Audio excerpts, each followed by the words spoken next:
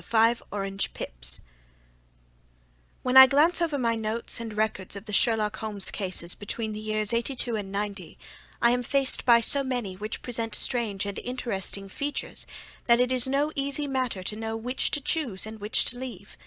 Some, however, have already gained publicity through the papers, and others have not offered a field for those peculiar qualities which my friend possessed in so high a degree, and which it is the object of these papers to illustrate. Some, too, have baffled his analytical skill, and would be as narratives beginning without an ending, while others have been but partially cleared up, and have their explanations founded rather upon conjecture and surmise than on that absolute logical proof which was so dear to him. There is, however, one of these last which was so remarkable in its details and so startling in its results that I am tempted to give some account of it, in spite of the fact that there are points in connection with it which have never been, and probably never will be, entirely cleared up. The year 87 furnished us with a long series of cases of greater or less interest, of which I retain the records. Among my headings under this one 12 months, I find an account of the adventure of the Paradol Chamber, of the Amateur Mendicant Society, who held a luxurious club in the lower vault of a furniture warehouse, of the facts connected with the loss of the British bark Sophie Anderson, of the singular adventures of the Grice Pattersons in the island of Uffa, and finally of the Camberwell poisoning case. In the latter, as may be remembered, Sherlock Holmes was able, by winding up the dead man's watch, to prove that it had been wound up 2 hours before, and that therefore the deceased had gone to bed within that time, a deduction which was of the greatest importance in clearing up the case. All these I may sketch out at some future date, but none of them present such singular features as the strange train of circumstances which I have now taken up my pen to describe. It was in the latter days of September, and the equinoctial gales had set in with exceptional violence. All day the wind had screamed, and the rain had beaten against the windows, so that even here, in the heart of great hand-made London, we were forced to raise our minds for the instant from the routine of life, and to recognize the presence of those great elemental forces which shriek at mankind through the bars of his civilization, like untamed beasts in a cage. As evening drew in, the storm grew higher and louder, and the wind cried and sobbed like a child in the chimney. Sherlock Holmes sat moodily at one side of the fireplace, cross-indexing his records of crime, while I, at the other, was deep in one of Clark Russell's fine sea stories, until the howl of the gale from without seemed to blend with the text, and the splash of the rain to lengthen out into the long swash of the sea waves. My wife was on a visit to her mother's, and for a few days I was a dweller once more in my old quarters at Baker Street. "Why," said I, glancing up at my companion, "that was surely the bell. Who could come up to-night? Some friend of yours, perhaps?" "Except yourself, I have none," he answered. "I do not encourage visitors." "A client, then?" "If so, it is a serious case. Nothing less would bring a man out on such a day and at such an hour. But I take it that it is more likely to be some crony of the landlady's." Sherlock Holmes was wrong in his conjecture, however, for there came a step in the passage and a tapping at the door. He stretched out his long arm to turn the lamp away from himself and towards the vacant chair upon which a newcomer must sit. "Come in," said he. The man who entered was young, some 22 at the outside, well-groomed and trimly clad, with something of refinement and delicacy in his bearing. The streaming umbrella which he held in his hand, and his long shining waterproof, told of the fierce weather through which he had come. He looked about him anxiously in the glare of the lamp, and I could see that his face was pale and his eyes heavy, like those of a man who is weighed down with some great anxiety. "I owe you an apology," he said, raising his golden pince-nez to his eyes. "I trust that I am not intruding. I fear that I have brought some traces of the storm and rain into your snug chamber." "Give me your coat and umbrella," said Holmes. "They may rest here on the hook, and will be dry presently. You have come up from the south-west, I see." "Yes, from Horsham." "That clay and chalk mixture which I see upon your toe-caps is quite distinctive." "I have come for advice." "That is easily got." "And help." "That is not always so easy." "I have heard of you, Mr. Holmes. I heard from Major Prendergast how you saved him in the Tankerville Club scandal. Ah, of course, he was wrongfully accused of cheating at cards. He said that you could solve anything. He said too much. That you are never beaten. I have been beaten 4 times, 3 times by men, and once by a woman. Oh, but what is that compared with the number of your successes? It is true that I have been generally successful. Then you may be so with me.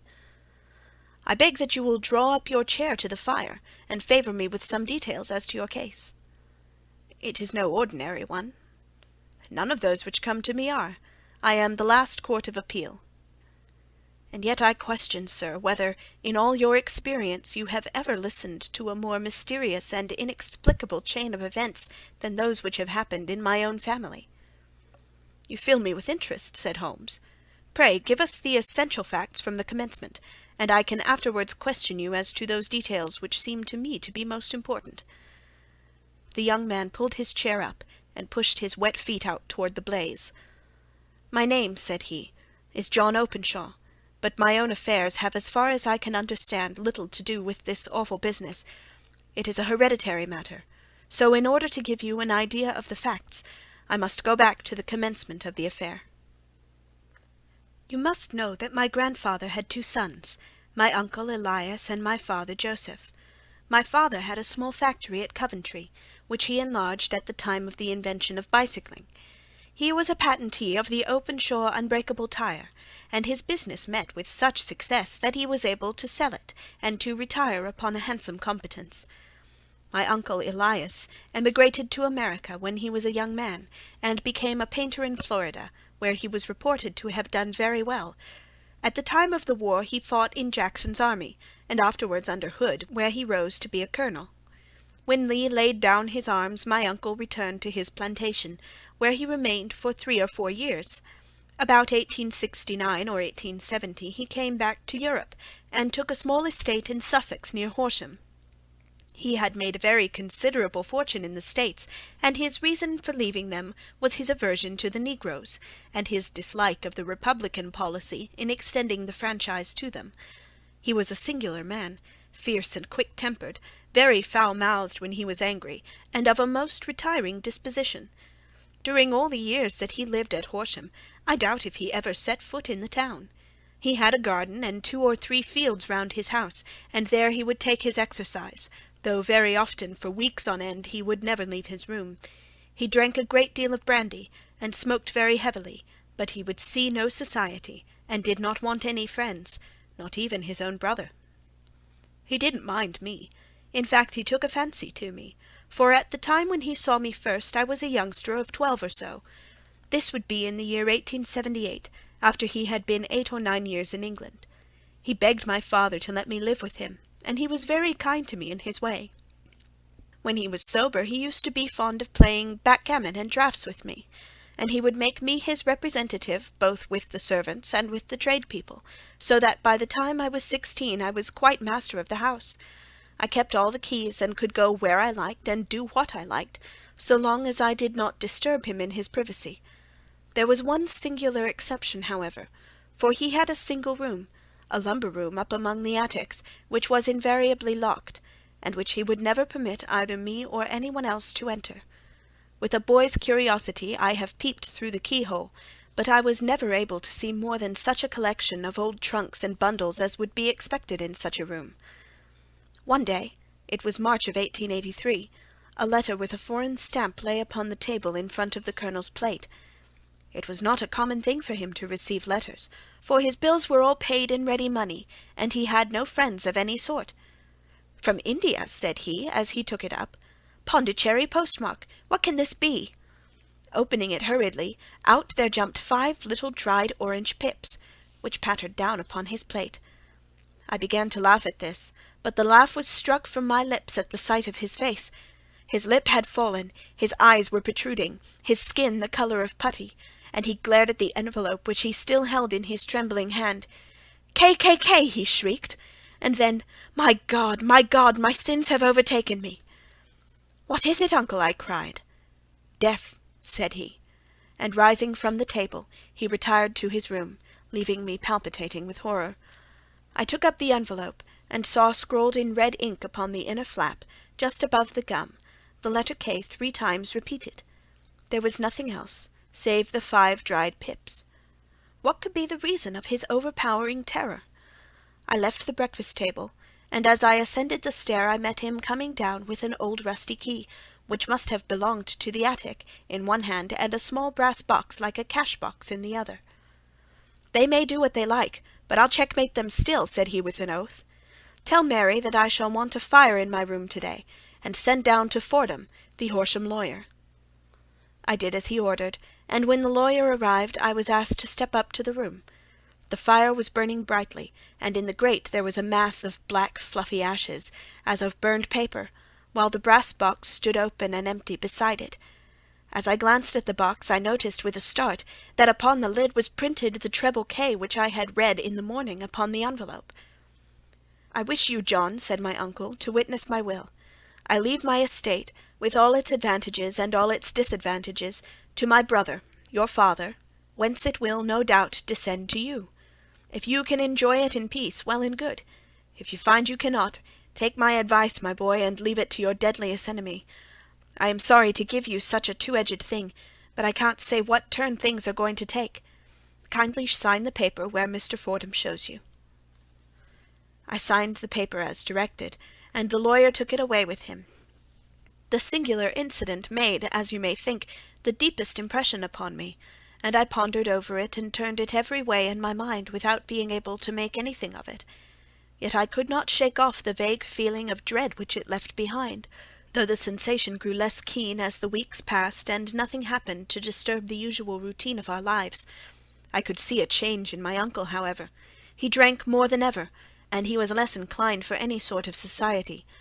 Most of his time he would spend in his room, with the door locked upon the inside, but sometimes he would emerge in a sort of drunken frenzy, and would burst out of the house and tear about the garden with a revolver in his hand, screaming out that he was afraid of no man, and that he was not to be cooped up, like a sheep in a pen, by man or devil. When these hot fits were over, however, he would rush tumultuously in at the door, and lock and bar it behind him, like a man who can brazen it out no longer against the terror which lies at the root of his soul. At such times I have seen his face, even on a cold day, glisten with moisture, as though it were new raised from a basin. Well, to come to an end of the matter, Mr. Holmes, and not to abuse your patience, there came a night when he made one of those drunken sallies from which he never came back. We found him, when we went to search for him, face downward in a little green-scummed pool, which lay at the foot of the garden. There was no sign of any violence, and the water was but 2 feet deep, so that the jury, having regard to his known eccentricity, brought in a verdict of suicide. But I, who knew how he winced from the very thought of death, had much ado to persuade myself that he had gone out of his way to meet it. The matter passed, however, and my father entered into possession of the estate, and of some £14,000, which lay to his credit at the bank. "One moment," Holmes interposed. "Your statement is, I foresee, one of the most remarkable to which I have ever listened. Let me have the date of the reception by your uncle of the letter, and the date of his supposed suicide." "The letter arrived on March 10th, 1883. His death was 7 weeks later, upon the night of May 2nd. "Thank you. Pray proceed." "When my father took over the Horsham property, he, at my request, made a careful examination of the attic, which had been always locked up. We found the brass box there, although its contents had been destroyed. On the inside of the cover was a paper label, with the initials of KKK repeated upon it, and letters, memoranda, receipts, and a register written beneath. These, we presume, indicated the nature of the papers which had been destroyed by Colonel Openshaw. For the rest, there was nothing of much importance in the attic, save a great many scattered papers, and notebooks bearing upon my uncle's life in America. Some of them were of the war-time, and showed that he had done his duty well, and had borne the repute of a brave soldier. Others were of a date during the reconstruction of the Southern States, and were mostly concerned with politics, for he had evidently taken a strong part in opposing the carpet-bag politicians who had been sent down from the North. Well, it was the beginning of '84 when my father came to live at Horsham, and all went as well as possible until the January of '85.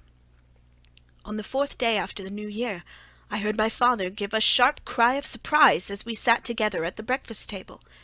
There he was, sitting with a newly opened envelope in one hand and 5 dried orange pips in the outstretched palm of the other one. He had always laughed at what he called my cock-and-bull story about the colonel, but he looked very scared and puzzled now that the same thing had come upon him. "Why, what on earth does this mean, John?" he stammered. My heart had turned to lead. "It is KKK," said I. He looked inside the envelope. "So it is," he cried. "Here are the very letters. But what is this written above them?" "Put the papers on the sundial," I read, peeping over his shoulder. "What papers? What sundial?" he asked. "The sundial in the garden. There is no other," said I. "But the papers must be those that are destroyed." "Pooh!" said he, gripping hard at his courage. "We are in a civilized land here, and we can't have tomfoolery of this kind. Where does the thing come from?" "From Dundee," I answered, glancing at the postmark. "Some preposterous practical joke," said he. "What have I to do with sundials and papers? I shall take no notice of such nonsense." "I should certainly speak to the police," I said. "And be laughed at for my pains? Nothing of the sort." "Then let me do so." "No, I forbid you. I won't have a fuss made about such nonsense." It was in vain to argue with him, for he was a very obstinate man. I went about, however, with a heart which was full of forebodings. On the 3rd day after the coming of the letter, my father went from home to visit an old friend of his, Major Freebody, who is in the command of one of the forts upon Portsdown Hill. I was glad that he should go, for it seemed to me that he was further from danger when he was away from home. In that, however, I was in error. Upon the 2nd day of his absence, I received a telegram from the Major, imploring me to come at once. My father had fallen over one of the deep chalk pits which abound in the neighbourhood, and was lying senseless with a shattered skull. I hurried to him, but he passed away without ever having recovered his consciousness. He had, as it appears, been returning from Fareham in the twilight, and as the country was unknown to him, and the chalk pit unfenced, the jury had no hesitation in bringing in a verdict of death from accidental causes. Carefully as I examined every fact connected with his death, I was unable to find anything which could suggest the idea of murder. There were no signs of violence, no footmarks, no robbery, no record of strangers having been seen upon the roads, and yet I need not tell you that my mind was far from at ease, and that I was well nigh certain that some foul plot had been woven around him. In this sinister way I came into my inheritance. You will ask me why I did not dispose of it. I answer, because I was well convinced that our troubles were in some way dependent upon an incident in my uncle's life, and that the danger would be as pressing in one house as in another. It was in January of '85 that my poor father met his end, and 2 years and 8 months have elapsed since then. During that time I have lived happily at Horsham, and I had begun to hope that this curse had passed away from the family, and that it had ended with the last generation. I had begun to take comfort too soon, however. Yesterday morning the blow fell, in the very shape in which it had come upon my father. The young man took from his waistcoat a crumpled envelope, and turning to the table, he shook out upon it 5 little dried orange pips. "This is the envelope," he continued. "The postmark is London, Eastern Division. Within are the very words which were upon my father's last message, KKK, and then put the papers on the sundial." "What have you done?" asked Holmes. "Nothing." "Nothing?" "To tell the truth," he sank his face into his thin white hands, "I have felt helpless. I have felt like one of those poor rabbits when the snake is writhing toward it. I seem to be in the grasp of some resistless, inexorable evil, which no foresight and no precautions can guard against." "Tut, tut!" cried Sherlock Holmes. "You must act, man, or you are lost. Nothing but energy can save you. This is no time for despair." "I have seen the police." "Ah! But then listen to my story with a smile. I am convinced that the inspector has formed the opinion that the letters were all practical jokes, and that the deaths of my relations were really accidents, as the jury stated, and were not to be connected with the warnings." Holmes shook his clenched hands in the air. "Incredible imbecility!" he cried.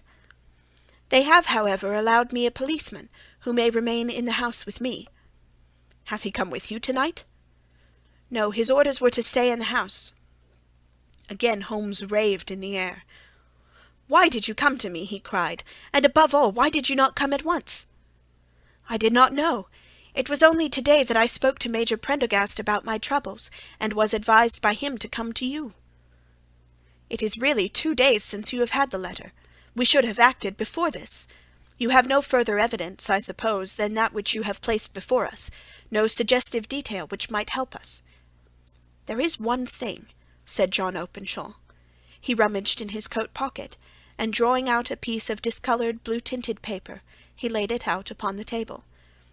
"I have some remembrance," said he, "that on the day when my uncle burned the papers, I observed that the small unburned margins which lay amid the ashes were of this particular colour.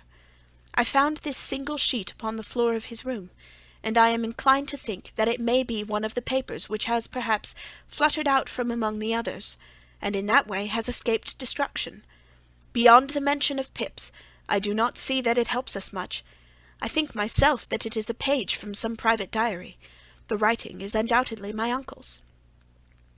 Holmes moved the lamp, and we both bent over the sheet of paper, which showed by its ragged edge that it had indeed been torn from a book. It was headed March 1869, and beneath were the following enigmatical notices: 4th. Hudson came. Same old platform. 7th. Set the Pips on Macaulay, Paramore, and John Swain, of St. Augustine. 9th. Macaulay cleared. 10th. John Swain cleared. 12th. Visited Paramore. All well. "Thank you," said Holmes, folding up the paper and returning it to our visitor. "And now you must on no account lose another instant. We cannot spare time even to discuss what you have told me. You must get home instantly, and act." "What shall I do?" "There is but one thing to do. It must be done at once. You must put this piece of paper which you have shown us into the brass box which you have described. You must also put in a note to say that all the other papers were burned by your uncle, and that this is the only one which remains. You must assert that in such words as will carry conviction with them. Having done this, you must at once put the box out upon the sundial, as directed. Do you understand?" "Entirely." "Do not think of revenge or anything of that sort at present. I think that we may gain that by means of the law, but we have our web to weave, while theirs is already woven. The first consideration is to remove the pressing danger which threatens you. The second is to clear up the mystery and to punish the guilty parties." "I thank you," said the young man, rising and pulling on his overcoat. "You have given me fresh life and hope. I shall certainly do as you advise." "Do not lose an instant, and above all take care of yourself in the meanwhile, for I do not think that there can be a doubt that you are threatened by a very real and imminent danger. How do you go back?" "By train from Waterloo." "It is not yet 9. The streets will be crowded, so I trust that you may be in safety, and yet you cannot guard yourself too closely." "I am armed." "That is well. Tomorrow I shall set to work upon your case."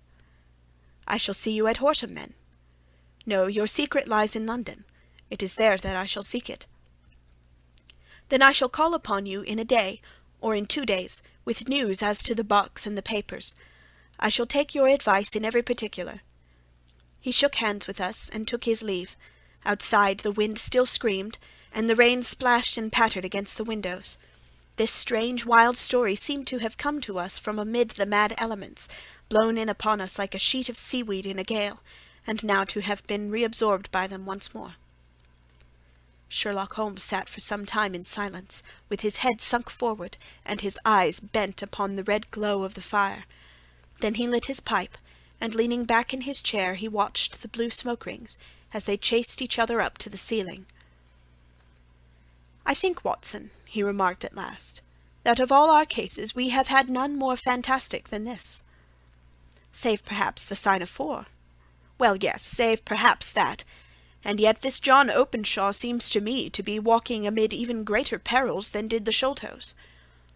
"But have you," I asked, "formed any definite conception as to what these perils are?" "There can be no question as to their nature," he answered. "Then what are they? Who is this K., and why does he pursue this unhappy family?" Sherlock Holmes closed his eyes, and placed his elbows upon the arms of his chair, with his finger-tips together. "The ideal reasoner," he remarked, "would, when he had once been shown a single fact in all its bearings, deduce from it not only all the chain of events which led up to it, but also all the results which would follow from it. As Cuvier could correctly describe a whole animal by the contemplation of a single bone, so the observer, who has thoroughly understood one link in a series of incidents, should be able to accurately state all the other ones, both before and after. We have not yet grasped the results which the reason alone can attain to. Problems may be solved in the study which have baffled all those who have sought a solution by the aid of their senses. To carry the art, however, to its highest pitch, it is necessary that the reasoner should be able to utilize all the facts which have come to his knowledge, and this in itself implies, as you will readily see, a possession of all knowledge, which even in these days of free education and encyclopedias is a somewhat rare accomplishment. It is not so impossible, however, that a man should possess all knowledge which is likely to be useful to him in his work, and this I have endeavoured in my case to do. If I remember rightly, you, on one occasion, in the early days of our friendship, defined my limits in a very precise fashion. Yes, I answered, laughing. It was a singular document. Philosophy, astronomy, and politics were marked at 0, I remember. Botany variable, geology profound as regards the mud-stains from any region within 50 miles of town, chemistry eccentric, anatomy unsystematic, sensational literature and crime records unique, violin player, boxer, swordsman, lawyer, and self-poisoner by cocaine and tobacco. Those, I think, were the main points of my analysis. Holmes grinned at the last item. Well, he said, I say now, as I said then, that a man should keep his little brain-attic stocked with all the furniture that he is likely to use, and the rest he can put away in the lumber-room of his library, where he can get at it if he wants it. Now for such a case as the one which has been submitted to us tonight, we need certainly to muster all our resources. Kindly hand me down the letter K of the American Encyclopedia which stands upon the shelf beside you. Thank you. Now let us consider the situation, and see what may be deduced from it. In the first place, we may start with a strong presumption that Colonel Openshaw had some very strong reason for leaving America. Men at his time of life do not change all their habits and exchange willingly the charming climate of Florida for the lonely life of an English provincial town. His extreme love of solitude in England suggests the idea that he was in fear of something or someone, so we may assume as a working hypothesis that it was fear of someone or something which drove him from America. As to what it was he feared, we can only deduce that by considering the formidable letters which were received by himself and his successors. Did you remark the postmarks of those letters? The first was from Pondicherry, the second from Dundee, and the third from London. From East London. What do you deduce from that? They are all seaports. That the writer was on board of a ship. Excellent. We have already a clue. There can be no doubt that the probability, the strong probability, is that the writer was on board of a ship. And now let us consider another point. In the case of Pondicherry, 7 weeks elapsed between the threat and its fulfilments. In Dundee it was only some 3 or 4 days. Does that suggest anything? A greater distance to travel? But the letter also had a greater distance to come.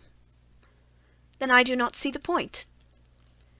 There is at least a presumption that the vessel in which the man or men are is a sailing ship. It looks as if they always send their singular warning or token before them when starting upon their mission. You see how quickly the deed followed the sign when it came from Dundee. If they had come from Pondicherry in a steamer, they would have arrived almost as soon as their letter. But as a matter of fact, 7 weeks elapsed. I think that those 7 weeks represented the difference between the mail-boat which brought the letter and the sailing vessel which brought the writer. It is possible. More than that, it is probable. And now you see the deadly urgency of this new case, and why I urged young Openshaw to caution. The blow has always fallen at the end of the time which it would take the senders to travel the distance. But this one comes from London, and therefore we cannot count upon delay. Good God, I cried. What can it mean, this relentless persecution? The papers which Openshaw carried are obviously of vital importance to the person or persons in the sailing ship. I think that it is quite clear that there must be more than one of them. A single man could not have carried out 2 deaths in such a way as to deceive a coroner's jury. There must have been several in it, and they must have been men of resource and determination. Their papers they mean to have, be the holder of them who it may. In this way, you see, KKK ceases to be the initials of an individual, and becomes the badge of a society. But of what society? Have you never, said Sherlock Holmes, bending forward and sinking his voice, have you never heard of the Ku Klux Klan? I never have. Holmes turned over the leaves of the book upon his knee. Here it is, said he presently. Ku Klux Klan, a name derived from the fanciful resemblance to the sound produced by cocking a rifle. This terrible secret society was formed by some ex-Confederate soldiers in the Southern States after the Civil War, and it rapidly formed local branches in different parts of the country, notably in Tennessee, Louisiana, the Carolinas, Georgia, and Florida. Its power was used for political purposes, principally for the terrorizing of the Negro voters, and the murdering and driving from the country of those who were opposed to its views. Its outrages were usually preceded by a warning sent to the marked man in some fantastic but generally recognized shape, a sprig of oak leaves in some parts, melon seeds or orange pips in others. On receiving this, the victim might either openly abjure his former ways, or might fly from the country. If he braved the matter out, death would unfailingly come upon him, and usually in some strange and unforeseen manner. So perfect was the organization of the society, and so systematic its methods, that there is hardly a case upon record where any man succeeded in braving it with impunity, or in which any of its outrages were traced home to the perpetrators. For some years the organization flourished in spite of the efforts of the United States government and of the better classes of the community in the South. Eventually, in the year 1869, the movement rather suddenly collapsed, although there have been sporadic outbreaks of the same sort since that date. You will observe, said Holmes, laying down the volume, that the sudden breaking up of the society was coincident with the disappearance of Openshaw from America with their papers. It may well have been cause and effect. It is no wonder that he and his family have some of the more implacable spirits upon their track. You can understand that this register and diary may implicate some of the first men in the South, and that there may be many who will not sleep easy at night until it is recovered. Then the page we have seen is such as we might expect. It ran, if I remember right, sent the pips to A, B, and C, that is, sent the society's warning to them. Then there are successive entries that A and B cleared, or left the country, and finally that C was visited, with, I fear, a sinister result for C. Well, I think, Doctor, that we may let some light into this dark place, and I believe that the only chance young Openshaw has in the meantime is to do what I have told him. There is nothing more to be said or to be done tonight, so hand me over my violin, and let us try to forget for half an hour the miserable weather and the still more miserable ways of our fellow men. It had cleared in the morning, and the sun was shining with a subdued brightness through the dim veil which hangs over the great city. Sherlock Holmes was already at breakfast when I came down. "You will excuse me for not waiting for you," said he. "I have, I foresee, a very busy day before me in looking into this case of young Openshaw's." "What steps will you take?" I asked. "It will very much depend upon the results of my first enquiries. I may have to go down to Horsham after all." "You will not go there first?" "No, I shall commence with the city. Just ring the bell, and the maid will bring you up your coffee." As I waited, I lifted the unopened newspaper from the table, and glanced my eye over it. It rested upon a heading which sent a chill to my heart. "Holmes," I cried, "you are too late." "Ah," said he, laying down his cup, "I feared as much. How was it done?" He spoke calmly, but I could see that he was deeply moved. My eye caught the name of Openshaw, and the heading "Tragedy near Waterloo Bridge." Here is the account. "Between 9 and 10 last night, Police Constable Cook, of the H Division, on duty near Waterloo Bridge, heard a cry for help and a splash in the water. The night, however, was extremely dark and stormy, so that, in spite of the help of several passers-by, it was quite impossible to effect a rescue. The alarm, however, was given, and by the aid of the water police, the body was eventually recovered. It proved to be that of a young gentleman whose name, as it appears from an envelope which was found in his pocket, was John Openshaw, and whose residence is near Horsham. It is conjectured that he may have been hurrying down to catch the last train from Waterloo Station, and that in his haste and the extreme darkness he missed his path and walked over the edge of one of the small landing-places for river steamboats. The body exhibited no traces of violence, and there can be no doubt that the deceased had been the victim of an unfortunate accident, which should have the effect of calling the attention of the authorities to the condition of the riverside landing-stages.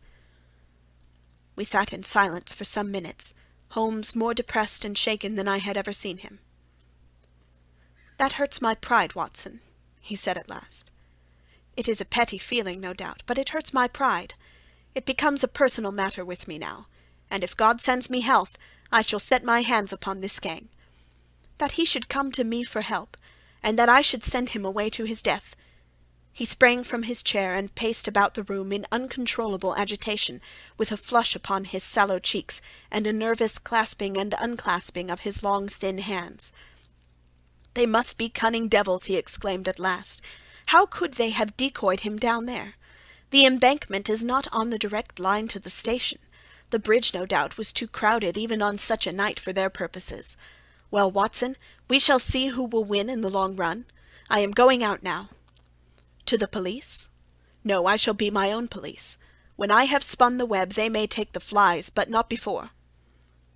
All day I was engaged in my professional work, and it was late in the evening before I returned to Baker Street. Sherlock Holmes had not come back yet. It was nearly 10 o'clock before he entered, looking pale and worn. He walked up to the sideboard, and tearing a piece from the loaf he devoured it voraciously, washing it down with a long draught of water. "You are hungry," I remarked. "Starving. It had escaped my memory. I have had nothing since breakfast." "Nothing?" "Not a bite. I had no time to think about it." "And how have you succeeded?" "Well." "You have a clue?" "I have them in the hollow of my hand. Young Openshaw shall not long remain unavenged. Why, Watson, let us put their own devilish trademark upon them. It is well thought of." "What do you mean?" He took an orange from the cupboard, and tearing it to pieces he squeezed out the pips upon the table. Of these he took 5, and thrust them into an envelope. On the inside of the flap he wrote S.H. for J.O. Then he sealed it, and addressed it to Captain James Calhoun, bark Lone Star, Savannah, Georgia. "That will await him when he enters port," said he, chuckling. "It may give him a sleepless night. He will find it as sure a precursor of his fate as Openshaw did before him." "And who is this Captain Calhoun?" "The leader of the gang. I shall have the others, but he first." "How did you trace it, then?" He took a large sheet of paper from his pocket, all covered with dates and names. "I have spent the whole day," said he, "over Lloyd's registers and files of the old papers, following the future career of every vessel which touched at Pondicherry in January and February in '83. There were 36 ships of fair tonnage which reported there during those months. Of these, one, the Lone Star, instantly attracted my attention, since, although it was reported as having cleared from London, the name is that which is given to one of the states of the Union." "Texas, I think." "I was not and am not sure which, but I know that the ship must have an American origin." "What then?" "I searched the Dundee records, and when I found that the bark Lone Star was there in January of '85, my suspicion became a certainty. I then inquired as to the vessels which lay at present in the port of London." "Yes?" "The Lone Star had arrived here last week. I went down to the Albert Dock, and found that she had been taken down the river by the early tide this morning, homeward bound to Savannah. I wired to Gravesend, and learned that she had passed some time ago, and as the wind is easterly, I have no doubt that she is now past the Goodwins, and not very far from the Isle of Wight." "What will you do, then?" "Oh, I have my hand upon him.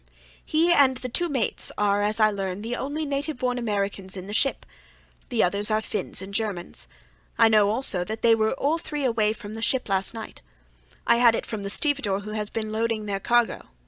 By the time that their sailing ship reaches Savannah, the mail-boat will have carried this letter, and the cable will have informed the police of Savannah that these 3 gentlemen are badly wanted here upon a charge of murder.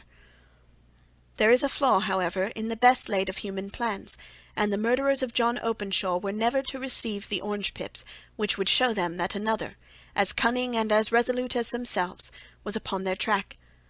Very long and very severe were the equinoctial gales that year. We waited long for news of the Lone Star of Savannah, but none ever reached us. We did at last hear that somewhere far out in the Atlantic a shattered stern-post of a boat was seen swinging in the trough of a wave, with the letters L.S. carved upon it. And that is all we shall ever know of the fate of the Lone Star. End of the 5 Orange Pips.